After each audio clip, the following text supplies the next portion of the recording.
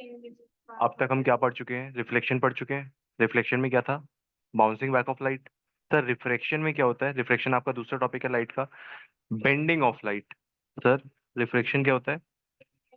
Bending of light. Bending of light कब होगी? जब भी लाइट ट्रैवल करेगी एक मीडियम से दूसरे मीडियम में। सर और उन दोनों मीडियम की जो डेंसिटी है वो चेंज होगी।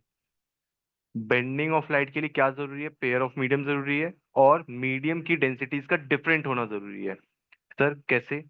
मान लो आप एयर से जो है वो लाइट ट्रैवल कर रही है किसमें? ग्लास में। तो दो अलग अलग मीडियम हो गए। पहला मीडियम क्या है? ग्लास। दूसरा मीडियम क्या है? एयर। एयर और ग्लास दो मीडियम है। एयर से जब लाइट ट्रैवल करेगी ग्लास में तो एयर की डेंसिटी अलग होगी, ग्लास की डेंसिटी क्या होगी? अलग होगी। तो जब भी ऐसा हो कि दो मीडियम हो और दोनों की डेंसिटी क्या हो? डिफरेंट हो, उसमें जब भी लाइट ट्रैवल करेगी वो क्या फिनोमेना शो करेगी? रिफ्रैक्शन। सर अब वही आपने लिखा हुआ है। Refraction is the bending of light when it enters obliquely from one transparent medium to another. एक मीडियम से दूसरे मीडियम में ट्रांसफर करेगी, लेकिन इसमें एक चीज है कि जो लाइट रे है वो ऑब्लिकली स्ट्राइक करनी चाहिए। ऐसा नहीं कि आपने परपेंडिकुलर स्ट्राइक करवा दी। परपेंडिकुलर स्ट्राइक जब वो करेगी तो वो किसके ऊपर आएगी? नॉर्मल के ऊपर। और नॉर्मल के ऊपर आने वाली लाइट ना ही रिफ्लेक्ट होती है किसी और एंगल पे, ना ही रिफ्लेक्ट होती है किसी और एंगल पे। सर मतलब क्या है आपका? ये देखो, ये सरफेस है आपका, ये क्या थी आपकी? नॉर्मल। अगर आपकी जो लाइट रे है इसी नॉर्मल पे स्ट्राइक करती है तो वो स्ट्रेट पास हो जाएगी। यहाँ पे आपको रिफ्रेक्शन वाला टॉपिक नहीं दिखेगा। रिफ्रेक्शन में क्या था? Bending of light. यहाँ पे बेंडिंग ही नहीं होगी। ठीक है। जब भी लाइट रे स्ट्रेट आएगी, किस परपेंडिकुलर आएगी किसके? सरफेस के, तो वहां पे बेंडिंग आपको देखने को नहीं मिलेगी। अगर वो ऑब्लिकली स्ट्राइक करती है तो हो सकता है वो बेंड करे, ऐसे करके चली जाए। ठीक है, ये केसेस बन सकते हैं। सर ठीक है, डेफिनेशन तो समझ आ गई। अब आगे देखते हैं। पढ़ा पढ़ा 90 डिग्री का 90 ही नहीं। हाँ वो हो सकता है। सर सुनना, स्पीड ऑफ लाइट वैक्यूम में कितनी होती है? 3 × 10⁸मीटर पर सेकेंड। वैक्यूम और एयर में बहुत मार्जिनल डिफरेंस होता है, जिसकी वजह से हम क्या कंसीडर करेंगे? जो ये speed of light in vacuum है वही speed of light in air होगी। सेम ही कंसीडर करेंगे हम, 3 × 10⁸मीटर पर सेकेंड। लेकिन जब एयर के अलावा कोई और मीडियम होगा, जैसे आपका एयर के अलावा ग्लास हो गया, वाटर हो गया, केरोसिन हो गया, ऑयल हो गया कोई, तो उस केस में डेंसिटी डिफर कर रही है। तो डेंसिटी की वजह से आपकी जो स्पीड ऑफ लाइट है वो भी चेंज होगी, और वो सिग्निफिकेंटली चेंज होगी। तो वहां पे हम डिफरेंट स्पीड ऑफ लाइट्स लेंगे। सर कॉज ऑफ रिफ्रैक्शन क्या है? Change in speed of light. अलग अलग एयर की ये 3 × 10⁸मीटर पर सेकेंड। कुछ माइन्यूट सा पॉइंट में डिफरेंस है, बाकी सेम ही है। सर कुछ एग्जांपल्स देखना रिफ्रैक्शन के। Bottom of swimming pool appears higher. आपने कभी देखा होगा जब भी आप स्विमिंग वगैरह करने जाते हो तो उसका जो बॉटम है आपको लगता है कि थोड़ा ऊंचा है, आपको गहराई कम लगती है। लेकिन जब आप नीचे जाते हो फिर आप डूब जाते हो, है ना ऐश्वर्या? सर ऐसे ही आप कई बार क्या देखते हो, जो ग्लास होते हैं, ग्लास का सरफेस भी आपको थोड़ा ऊपर लगता है। लेकिन जब आप जूस वाले ग्लास देखते हो वो एक्चुअल में ऊपर होते हैं, वो नीचे से गायब गायब कर रखा होता है उन्होंने। सर देखना, lemon place in a glass tumbler appears bigger. जब आप पानी के ग्लास में लेमन डाल देते हो तो उसे देखते हो उसका साइज थोड़ा बड़ा दिखता है, रिफ्लेक्शन की वजह से। आपने ये सेम केस पेंसिल के साथ भी देखा होगा। पेंसिल को अगर आप पानी में डालते हो थोड़ी टेढ़ी दिखती है, उसके साथ उसकी विड्थ भी इंक्रीज होकर दिखती है आपको। हाँ, ग्लास स्लैब को अगर आप कोई सी रेटिन कंटेंट के ऊपर रखते हो तो उसके जो कंटेंट है वो एनग्रेव्ड लगता है, थोड़ा सा ऊपर आके लगता है। सर ये आपके रिफ्रैक्शन से। सर सुनो, सर अगला जो टॉपिक है वो इंपॉर्टेंट है थोड़ा, 3 नंबर का क्वेश्चन डायरेक्टली पूछ लेता है। वो क्या? Explain refraction through glass slab. पहले समझ लो उसके बाद हम पढ़ेंगे।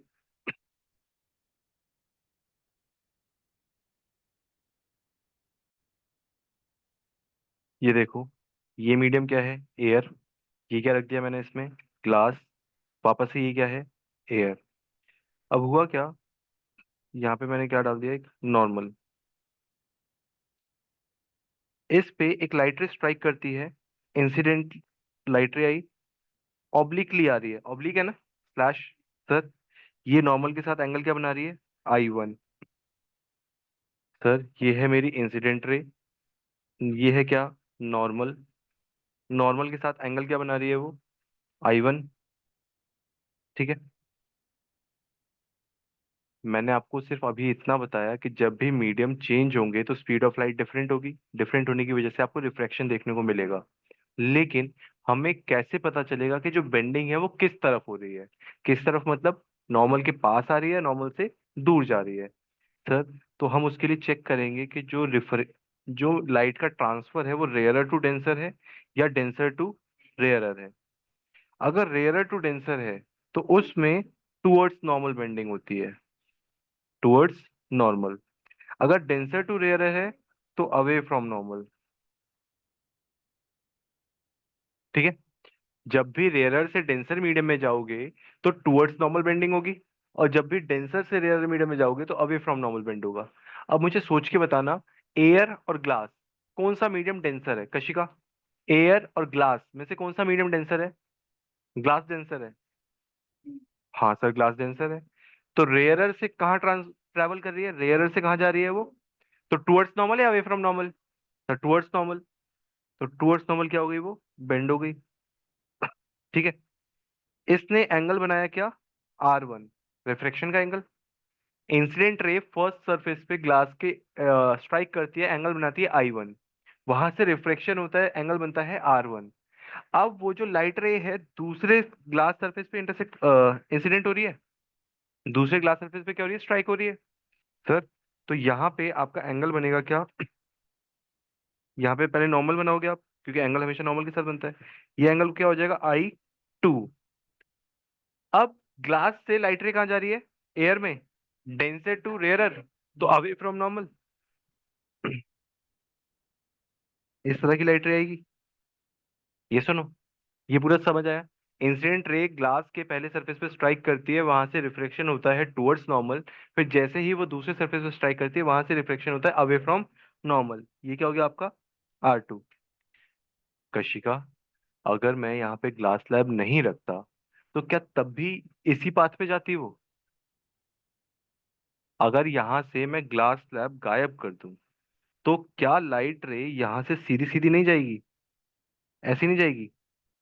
कि ग्लास स्लैब है ही नहीं तो रिफ्लेक्शन वाला टॉपिक ही नहीं आएगा। होगा ना? सर, समझ आया? ग्लास स्लैब होने की वजह से उसके एक्चुअल पाथ में थोड़ा सा डेविएशन हुआ। एक्चुअल पाथ में कुछ डेविएशन हुआ। एक्चुअल अगर ये होता तो इसके बीच में, सॉरी, ग्लास स्लैब आने की वजह से एक्चुअल पाथ आपका ये वाला हो गया, ये वाला। अगर ग्लास स्लैब नहीं होता तो इस पाथ पे जाती। तो इन दोनों के बीच का जो डिफरेंस है उसे हम बोलते हैं लेटरल डिस्पर्जन। क्या बोलते हैं? Lateral dispersion. ठीक है। समझ आया? कंसेप्ट समझ आया? क्या? जो रे बाहर निकली वो इमरजेंट है। नहीं, नॉर्मली अगर कोई पूछना पहले आई और आई नहीं, अलग अलग होंगे। नॉर्मली कोई लाइट रे रिफ्लेक्ट होती है और इमर्जेंट करता होता है, तो ग्लास से आपके केस में स्पेशली पड़ा है ना इमर्जेंट का भी। तो दूसरी बात जो रिफ्लेक्ट होती है फ्रिज में भी इमरजेंट होती है। ग्लास से नहीं ग्लास मटेरियल में होती है। हाँ, मतलब जब भी ऐसा मटेरियल मिलेगा जहां पे आपको दो बार रिफ्रैक्शन देखने को मिलेगी, वहां पे हमेशा इमरजेंट रे बोलते हैं उसे। और एक्चुअल में अगर आप किसी भी सरफेस पे देखते हो, अगर सरफेस चेंज हो रहा है, जैसे एयर से लाइट आई ग्लास के अंदर, ग्लास से बाहर आती है तो सरफेस चेंज हुआ, तो वहां पे इमरजेंट रे देखने को मिलेगी। अगर वो ग्लास के अंदर ही रह गई फिर वहां पे इमरजेंट रे नहीं है। हाँ। सर सुनो, जो I1 है और I2 है ये एंगल्स डिफरेंट होंगे, जो R1 है R2 है वो एंगल डिफरेंट होंगे। ठीक है सर? यहाँ तक कोई दिक्कत परेशानी? सर, लेकिन क्या मैं ऐसा बोल सकता हूँ कि R1 और I2 सेम होंगे? हाँ, मैथ की नॉलेज लगाओ। क्या सेम होंगे? नॉर्मल हमेशा पैरेलल होती है। सर, नॉर्मल हमेशा क्या होती है? पैरेलल होती है। और इन दोनों के बीच में अगर कोई लाइट और लाइन आएगी तो वो क्या होगी? ट्रांसवर्सल। तो ये एंगल इस वाले एंगल के इक्वल होगा, ऑल्टरनेट इंटीरियर एंगल। तो आपका R1 I2 के इक्वल होता है, लेकिन I1 I2 के इक्वल नहीं होता और R1 R2 के इक्वल नहीं होता। सर ठीक है, समझ आ गया। अब देखो, यही मैंने यहाँ लिखा हुआ है। ये वाला डायग्राम आपको बनाना है? हाँ सर बिल्कुल बनाना है। हेडिंग डालो reflection through a glass slab, और ये डायग्राम कॉपी करो। जिसको समझ आ गया वो अपने आप बनाने की कोशिश करो।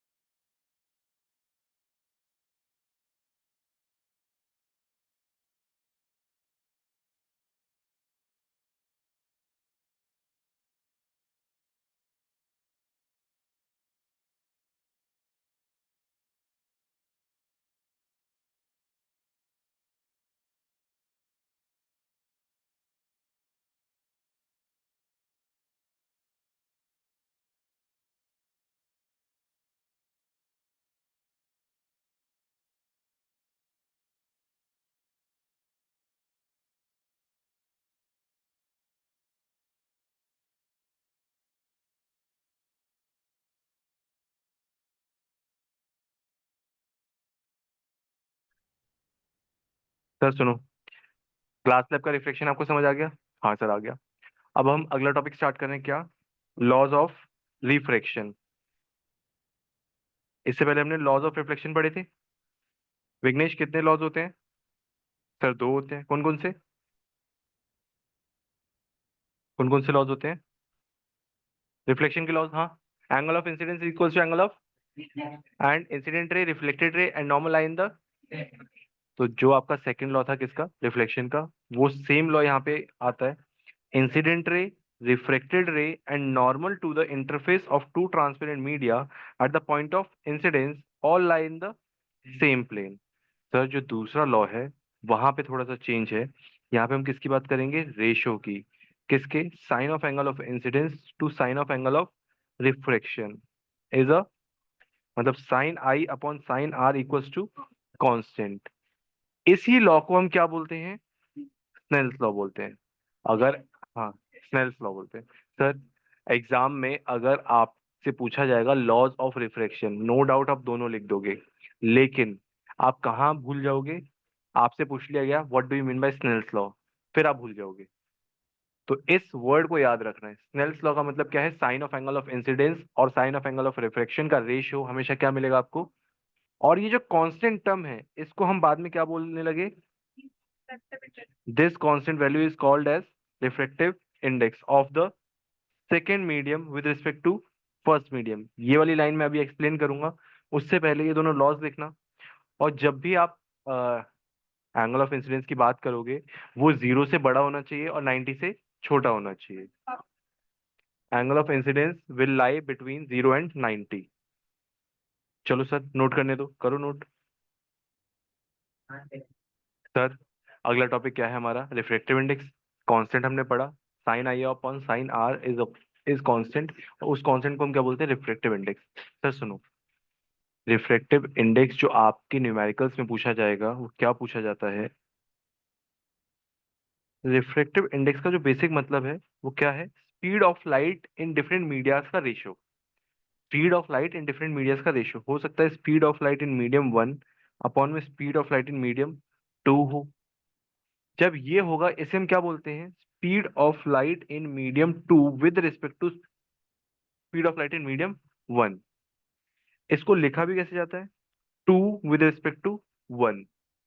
सर इसका उल्टा करें, रिफ्रैक्टिव इंडेक्स मीडियम 2 अपॉन में मीडियम 1। अब क्या है? 1 विद रिस्पेक्ट टू मीडियम 2, तो कैसे लिखेंगे? 1 2।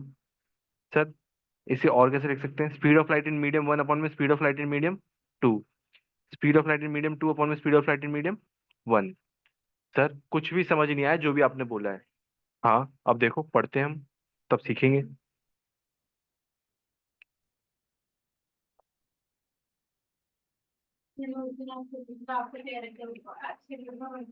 हाँ एब्सोल्यूट वही मैंने बताया ही नहीं, इसीलिए चुप करो।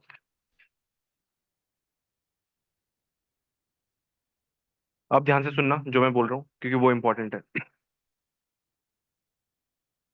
सर देखना। हाँ अभी समझा रहा हूँ। हाँ अरे भाई you have already studied that a ray of light that travels obliquely from one transparent medium into another will change its direction in the second medium। ये हम ऑलरेडी पढ़ चुके हैं। रिफ्रैक्शन बेसिकली यही है। द एक्सटेंट ऑफ चेंज, कितना उसकी direction में चेंज होगा वो किस पे डिपेंड करता है? रिफ्रैक्टिव इंडेक्स पे। The extent of change in direction that takes place in the given pair of medium may be expressed in terms of refractive index. Sir the refractive index can be linked to an important physical quantity, that is relative speed of propagation of light in different media। जो refractive index है उसे हम कैसे निकाल सकते हैं? हम ratio निकाल के, किसका? Speed of light in different media. It turns out that light propagates with different speed in different media. ये तो हमें पता ही है कि अलग अलग मीडियम में स्पीड ऑफ लाइट क्या होती है? अलग अलग होती है।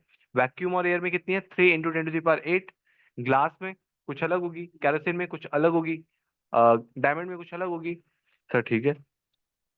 Light travels fastest in vacuum. सबसे ज्यादा किस में ट्रैवल करेगी? वैक्यूम में, क्योंकि रोकने वाला कोई नहीं है। कितनी हो गई स्पीड? 3 × 10⁸मीटर पर सेकेंड।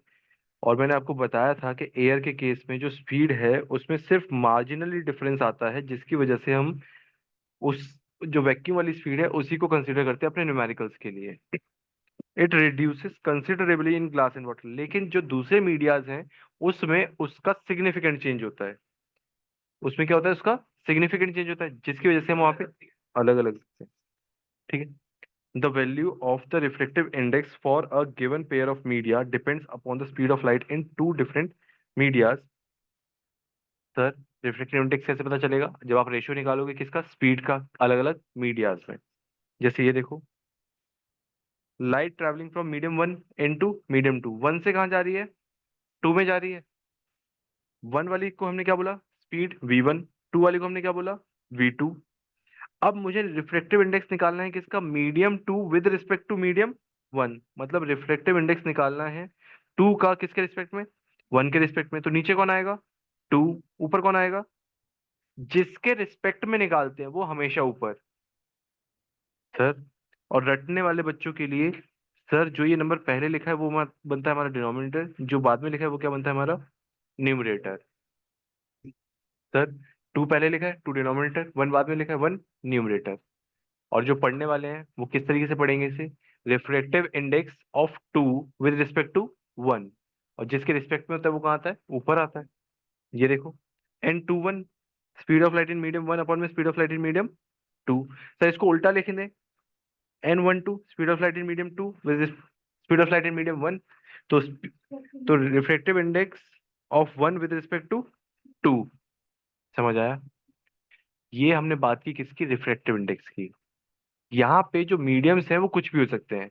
एयर का कंपैरिजन ग्लास के साथ कर सकते हो, ग्लास का कंपैरिजन वाटर के साथ कर सकते हो, वाटर का कंपैरिजन डायमंड के साथ कर सकते हो, डायमंड का कंपैरिजन ग्लास के साथ कर सकते हो, डायमंड का कंपैरिजन एयर के साथ कर सकते हो। जो मर्जी करो, कोई प्रॉब्लम नहीं है। एक टर्म और पढ़ोगे क्या? Absolute refractive index. एब्सोल्यूट का मतलब क्या है? कुछ फिक्स कर दिया हमने। यहाँ पे हम क्या फिक्स कर रहे हैं? Speed of light in medium 1। Sir medium 1 हमने फिक्स कर दिया क्या? एयर या फिर वैक्यूम। दोनों की स्पीड हम सेम ही ले रहे हैं। तो एयर या वैक्यूम हमने फिक्स कर दिया। अब चेंज क्या होगा? हाँ कोई बात नहीं, स्पेलिंग आपकी गलती है, स्पेलिंग अगर गलत है तो हाँ चुप हो जाओ। VACWM है, ये देखो ये लिखिए सही सही।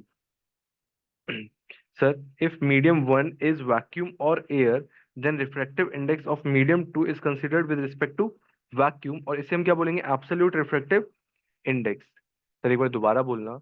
जब हमने रिफ्रैक्टिव इंडेक्स पढ़ा, रिफ्रैक्टिव इंडेक्स में क्या पढ़ा हमने? Speed of light in different medias का रेशियो। अगर मैं बोलता हूँ refractive index of medium two with respect to medium one, इसका मतलब क्या है, speed of light in medium one upon में speed of light in medium two. अगर उल्टा बोलता हूँ तो उल्टा हो जाएगा रेशियो। लेकिन यहाँ पे मैंने क्या किया, मीडियम वन फिक्स कर दिया, एयर या वैक्यूम। तो उस केस में रिफ्रैक्टिव इंडेक्स को मैं क्या बोलूंगा, एब्सोल्यूट रिफ्रैक्टिव इंडेक्स। सर ये किस चीज के लिए यूज किया जाता है, आपकी मीडियम में स्पीड कितनी होगी लाइट की वो चेक करने के लिए। सर कैसे, जैसे अभी मैंने आपको बताया कि फॉर्मूला क्या है इसका, absolute refractive index equals to speed of light in air upon में speed of light in medium. अब जैसे आपका जो रिफ्रैक्टिव इंडेक्स है ग्लास का वो कितना होता है, 1.33। सी, सी की वैल्यू कितनी है सर, 3 × 10⁸ अपॉन में speed of light in water. Sir water इधर आया तो 3 × 10⁸ अपॉन में 1.33। अब इसे सॉल्व कर लो कि क्या आ जाएगी speed of light in water. तो जब भी आपको स्पीड निकालनी है किसी भी मीडिया की और आपको एब्सोल्यूट रिफ्रैक्टिव इंडेक्स दे रखा है, तो फिर आप इस तरीके से इस फॉर्मूले से सॉल्व करके निकाल सकते हो। सर समझ आया थोड़ा थोड़ा। Speed of light in air को हम किससे डिनोट करते हैं, सी से, ठीक है। और जब भी आपको एब्सोल्यूट रिफ्रैक्टिव इंडेक्स निकालना है आप डायरेक्ट एन भी लिख सकते हो, आप N2 भी लिख सकते हो, आप NM भी लिख सकते हो मीडियम। जैसे यहाँ पे वाटर था तो W लिख दिया, आप एयर लिखना चाहो एयर लिख दो, आप ग्लास लिखना चाहो ग्लास लिख दो, जिसका भी आप निकाल रहे हो वो आप लिख सकते हो। सर ठीक है, यहाँ तो कोई दिक्कत परेशानी। फिर ये आपकी टेबल दे रखी है किसकी, रिफ्रैक्टिव इंडेक्स की। अलग अलग मीडियम के अलग अलग रिफ्रैक्टिव इंडेक्सेस है। सर ये किसके रिस्पेक्ट में है, अभी बताया था आपको, वैक्यूम। सर एयर का रिफ्रैक्टिव इंडेक्स कितना है, 1.0003। सर इसका मतलब ये हुआ स्पीड की जब मैं बात करूंगा 3 × 10⁸ अपॉन में कितना हो जाएगा 1.000। जब मैं इसे सॉल्व करूंगा नेग्लिजिबल चेंज आएगा क्योंकि ऑलमोस्ट वन से डिवाइड कर रहा हूं मैं। इसीलिए मैंने क्या बोला था कि एयर और वैक्यूम में स्पीड लगभग लगभग सेम रहती है। लेकिन जब मैं यहाँ पे 1.3, मार्जिनल डिफरेंस है, 1.33, 1.36, 1.44, 1.46, तो अलग अलग मीडिया की आपको क्या दे रखा है, रिफ्रैक्टिव इंडेक्स। सर कुछ ऐसे हैं जो हमें याद रखने चाहिए। एक तो डायमंड का याद रखना कितना, 2.42। एक याद रखना है आपको वाटर का 1.33। एयर तो आपको पता ही रहेगा। इसमें जो ग्लास है, क्राउन ग्लास, 1.52, ये वाला याद रखना। बाकी तो वैसे तो क्वेश्चन में दे ही रखा होता है जब भी क्वेश्चन आपसे रिफ्लेक्टिव इंडेक्स के बारे में बात करता है, लेकिन फिर भी आप अपनी सहूलियत के लिए याद करके जाना। एब्सोल्यूट रिलेटिव तो कोई वो नहीं है, नहीं। अलग है। बिल्कुल।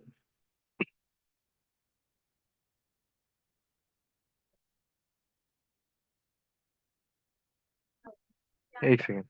सर अब आपको क्या करना है, रिफ्रैक्टिव इंडेक्स एक बार एनसीईआरटी में से रीड कर लो,